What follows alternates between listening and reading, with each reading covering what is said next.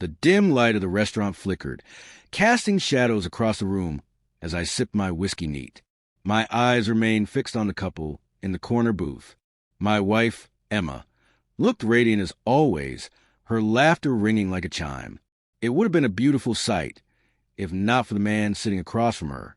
His hand slipped under the table, caressing her thigh. My grip on the glass tightened, the ice clinking softly as I swirled it around. A knot of anger and heartbreak coiled in my chest, but I remained calm. I had suspected something for weeks. The late-night work meetings, her sudden guardedness with her phone, the faint scent of cologne that wasn't mine lingering on her clothes. Now I had confirmation, and now I had a plan. For months, I had meticulously prepared for this moment. It wasn't enough to confront her or throw accusations into the void. Emma had betrayed me, and her lover, a man whose name I now knew as Martin, had disrespected the sanctity of my marriage. They both deserved consequences. Not vengeance born out of fury, but justice crafted with patience and precision.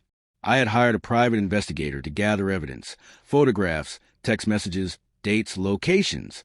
Everything was compiled into a neatly organized file. But it wasn't for legal proceedings. No, this was personal. I wasn't looking to ruin Emma's life, only to ensure she felt the weight of her choices. Step 1. Exposure. I started with Martin. A quick search on social media revealed he was married to a woman named Claire. She seemed sweet, her posts filled with pictures of their 2 children and happy family outings. It wasn't right to keep her in the dark. I arranged an anonymous meeting at a coffee shop and brought the file with me. Claire arrived, her face full of apprehension. I hated being the bearer of bad news, but she deserved the truth. Sliding the file across the table, I watched as her hands trembled opening it. Tears welled in her eyes as she scanned the photos and read the messages. I offered her a tissue, which she accepted silently. After a few moments, she spoke, her voice shaky but determined. "Thank you for telling me," she said.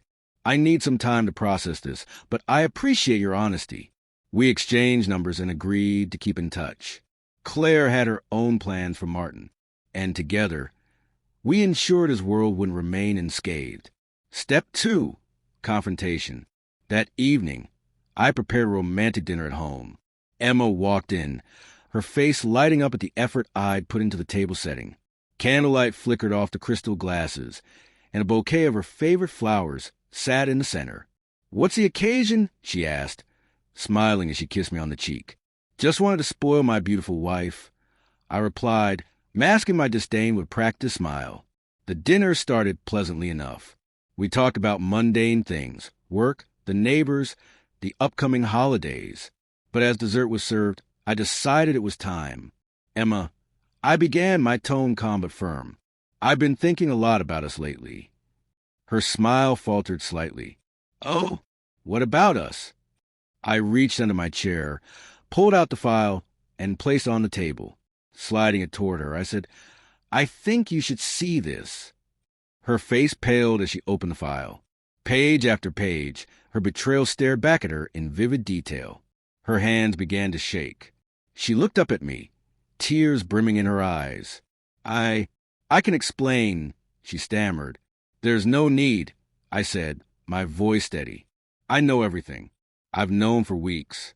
This dinner isn't about explanations or excuses. It's about consequences." She looked at me, panic etched across her face. "Please, let me make this right. It was a mistake, a horrible mistake." "Mistakes are accidental," I replied.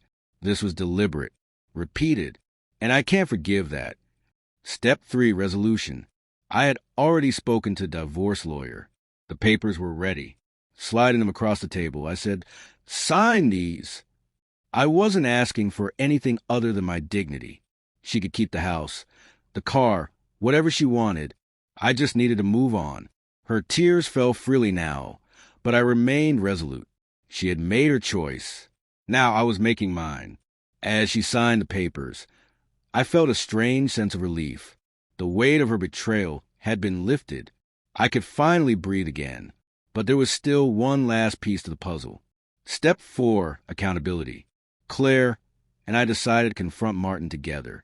We arranged to meet him at his office, ensuring he couldn't avoid the encounter.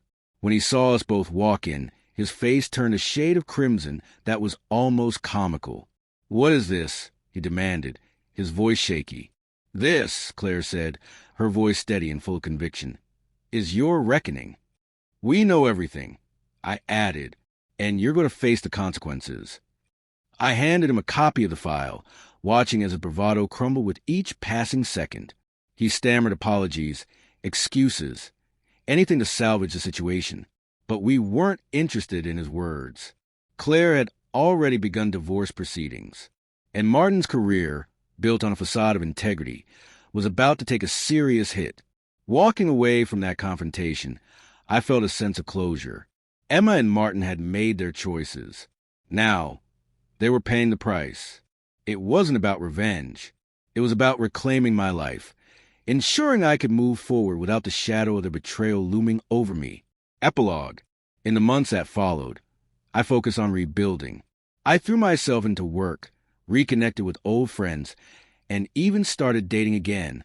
The scars of betrayal didn't fade overnight, but they became a part of my story, a reminder of my resilience and strength. One evening, as I sat in my new apartment, sipping whiskey and watching the city lights twinkle outside, I felt something I hadn't felt in a long time.